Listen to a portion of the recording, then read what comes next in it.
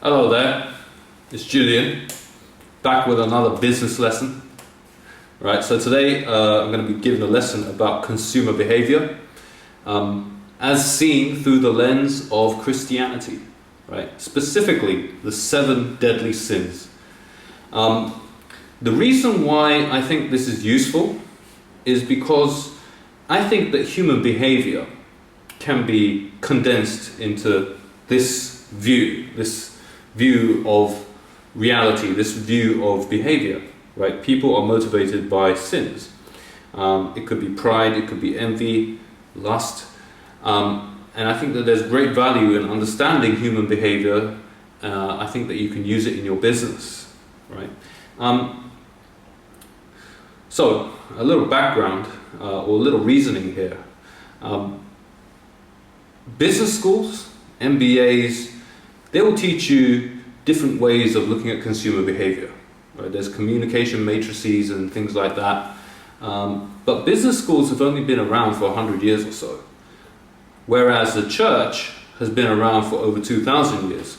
So I think that it makes sense to try to understand human behavior, because that's ultimately what Christianity is about, is trying to understand human behavior so that they can become good citizens before God.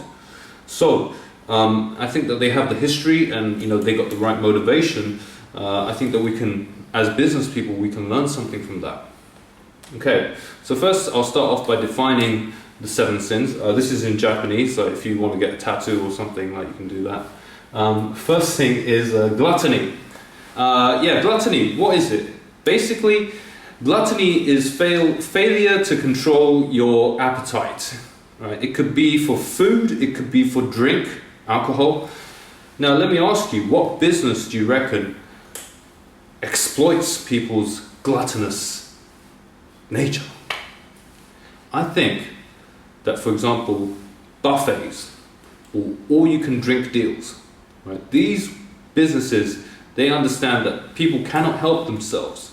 So during that 2-hour period, or whatever, however long it is that you have that buffet for, or however long that all-you-can-drink deal lasts for, you can be sure that people will gorge themselves, right? And if you cannot control this, you'll end up obese, or you'll end up basically like drunk off your face, laid out, in the street, in a pool of your own vomit. Disgusting. You don't want that. But that's basically what happens to you if you cannot control yourself. All right? All these 7 sins, they're all about controlling yourself. Right. Second, pride. Pride, they say, is the mother of all sins. Right? Because all the other sins, they come out of pride, or some sense of vanity that you have. What is that? It means that you believe that you're better than everyone else. Right? You may not be explicit in this belief, but I believe that everybody has some sort of conscience that, just basically says that, I think I know best, or they don't have the opposite of pride is humility, right? And I don't think I know anyone who's completely humble. I think people are certainly definitely prideful. To give you an example of what kind of businesses exploit people's pridefulness, you look at luxury products, Rolex watches, or Tesla, right? Tesla, there's no obvious benefit in terms of cost, the mileage, the performance of the car, but I believe that people, they buy this vehicle because they believe that they're at the cutting edge of technology, or that they're doing something good for the planet. Maybe, probably not, mate. Even if you have a car, if you drive around a car, you're still causing environmental damage, mate. Sorry, yeah. But I think that there is a bit of a pridefulness behind those purchases that people make. All right. Thirdly, sloth.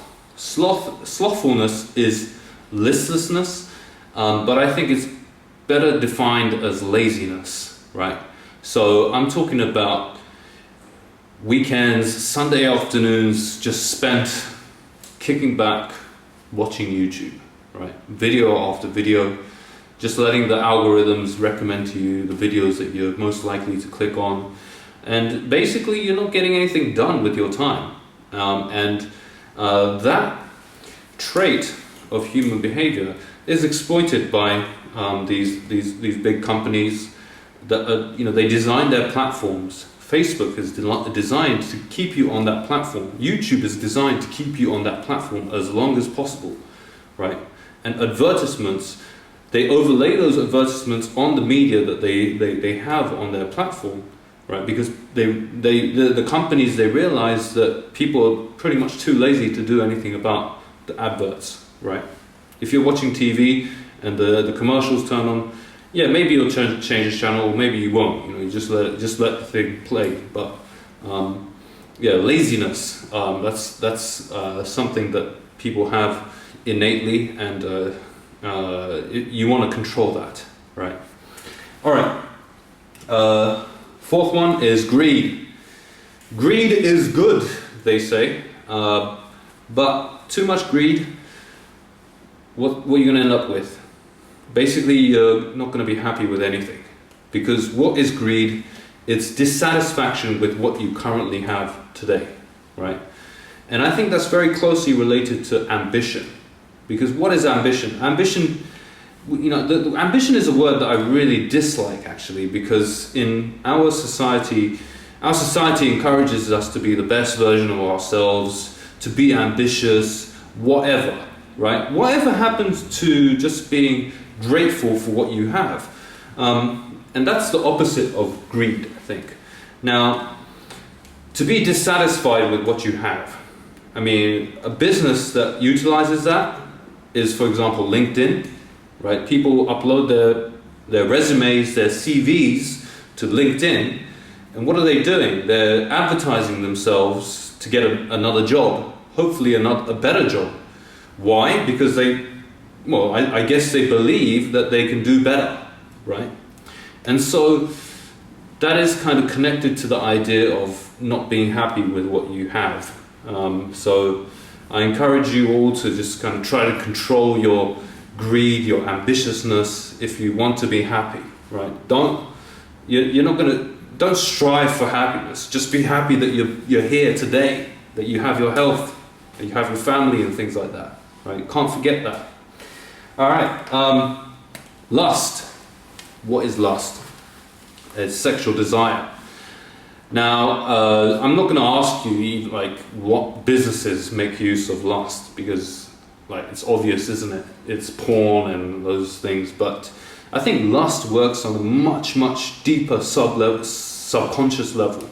It's that look that you give to a hot girl walking down the street. You just look, can't help it. Why do you do that? You're not even going to talk to her, are you? Unless you're a pickup artist.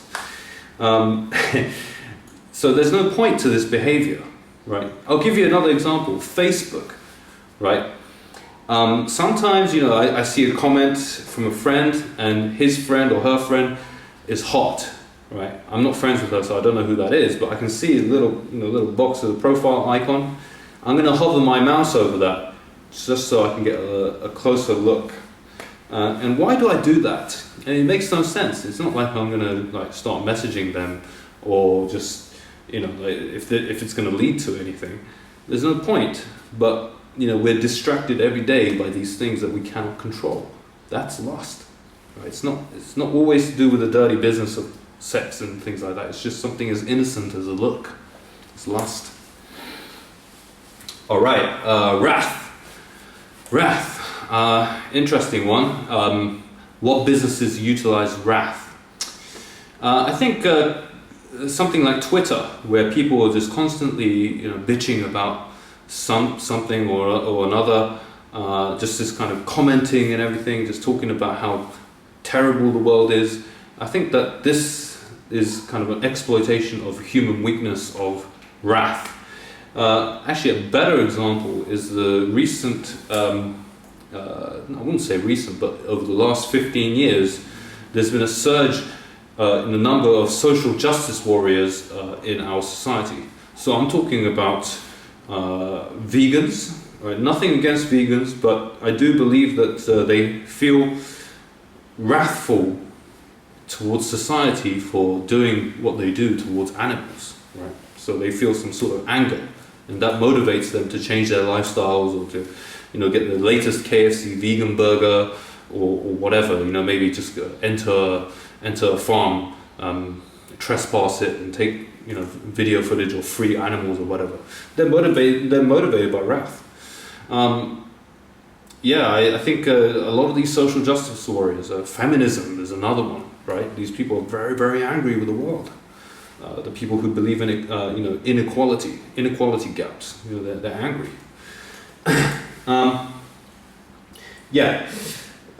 So the next one is envy, right? Which for me is probably the second most dangerous sin. To give you an example of how envy works, for example, Facebook or Instagram, like these platforms, people are just posting up, photos of themselves or moments in their life in which they're beautiful or they're happy, and they want their friends or their followers to see that, because of their pride, of course. But the people who are viewing that media, they cannot help but make comparisons between themselves and the person that they're looking at on Facebook or Instagram. It's called an invidious comparison, and it happens on a subconscious level. It's when classmates that you went to school with, when they get married or they have kids, it makes you think, even for a moment, why don't I have a kid, or where's my house with 2 kids, wife, and 2 cars and things like that. So it's that jealousy, and it's really dangerous.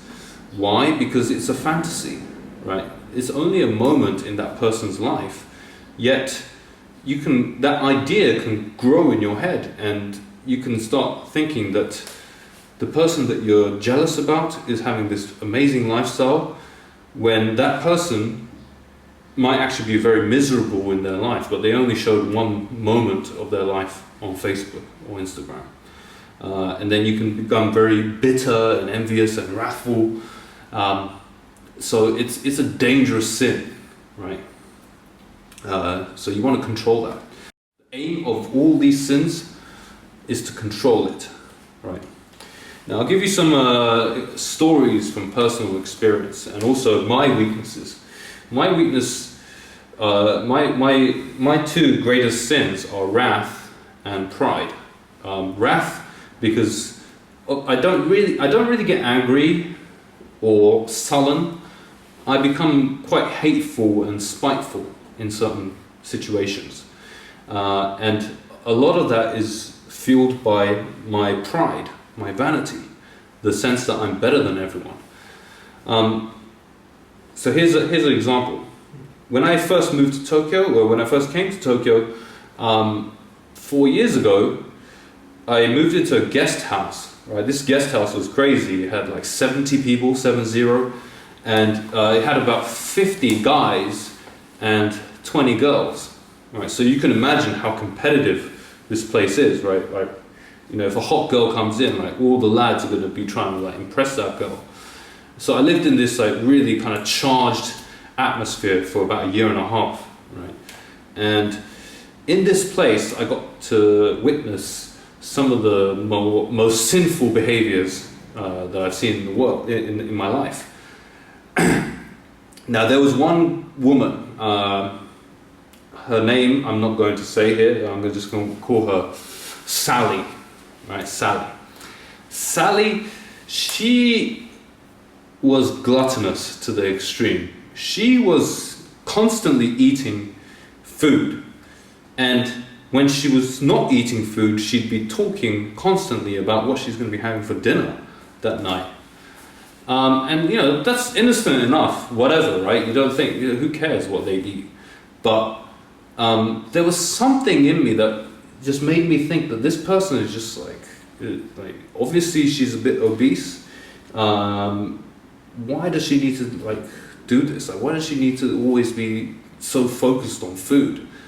And then I started to think that I'm much better than that person, so I became a bit prideful, and then I became a bit spiteful to that person. I wasn't talking to them at all. Yeah, it was, I could see that, this woman was consumed by her own gluttony. Another example, I'm going to call her Tracy. I don't know why Tracy, but whatever. Tracy was a girl who was too lustful, right? She had too much lust. Tracy was not that good looking. But even in this environment where there's men outnumber women greatly, she was not, I would say, successful in getting dudes to love her. But she wanted attention, so she started sleeping with like different guys from this guest house, and it's a small place. Like, it's not the fancy kind of guest house. It's like a proper it's kind of like a human farm. The way that the rooms are kind of partitioned. The rooms are like kind of capsules, those tiny Japanese rooms. But anyway, like in this environment, she started sleeping with different guys, and word gets around, and she becomes the butt of every joke in the guest house. So she started to get bullied. People were saying that she's like a specialist she's like a French specialist, because there's a lot of French people like living in this guest house.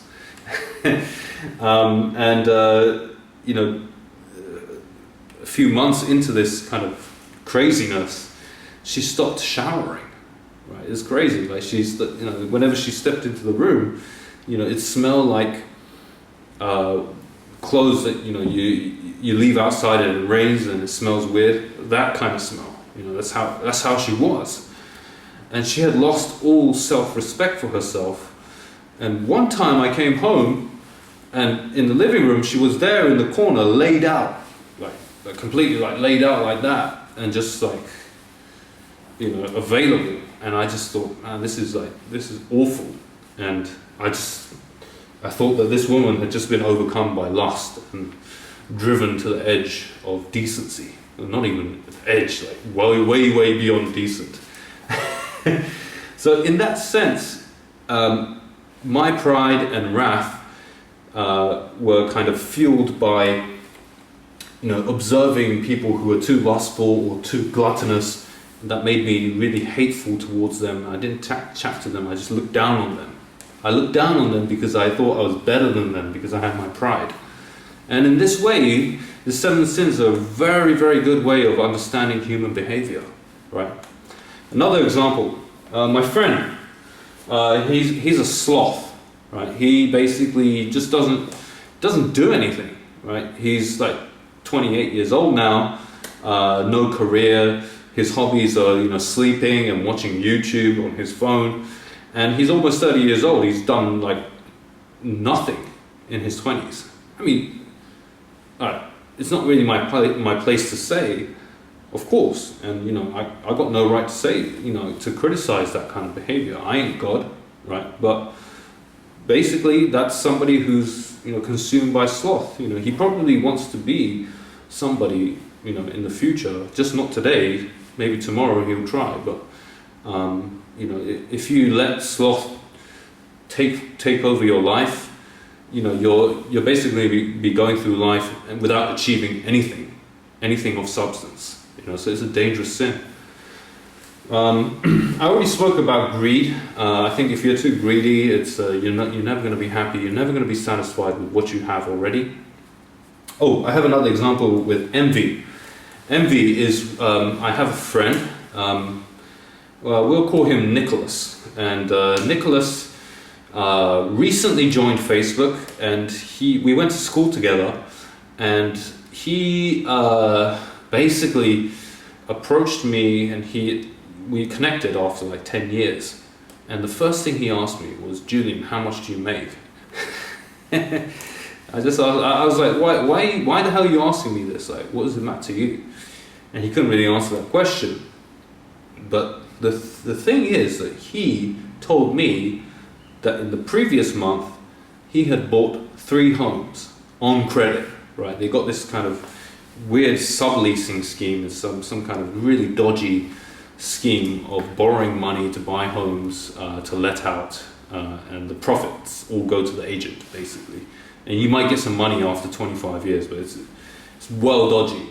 And he bought 3 homes in 1 month, and he works in a supermarket, right? I mean, this is madness. And I asked him, no, why are you doing this? And he couldn't really answer the question. And I then asked him, probed him a little bit further. I said, is it because that you recently joined Facebook and you've been asking other classmates how well they're doing as well? Right, because he asked me how much I'm earning and shit. So that is, for me, I think that Nicholas was motivated by envy when he made those business decisions. Now that's very dangerous, because you're not making those decisions for yourself. You're making those decisions because you're comparing yourself to people, and they have nothing, you know, they have nothing to do with you, right? So jealousy is a very dangerous thing. Jealousy and envy. You know, if you're too envious, you become jealous. You start fantasizing. You start making these errors in judgment. Start making bad business decisions, and you know, it's not a good thing, right? So it's a, you know, you got to be careful, right? Lust. I already talked about lust, innit? Like, you've got to be careful with lust. You don't want to get caught being too lustful, otherwise the police will cuff you up and everything. But anyway, yeah. So this is a great way of looking at human behavior, of consumer behavior, and if you want to understand your customers a little bit better, I think that you ought to take this in and to just kind of look at what kind of behaviors your customers are showing, and what kind of behaviors you're showing, right? Because I'm sure that you'll see yourself in one of these sins and think, okay, maybe I could reduce my sloth, right? I could work a bit harder, or maybe I should stop comparing myself to other people, or maybe I should be less hubristic. Hubristic, it means excessive pride or arrogance, right? Maybe I should be a bit more humble. So it's useful in many ways. You can, like, in terms of looking at the market and looking at yourself, right? So I hope you learned something from this lesson. Yeah, peace.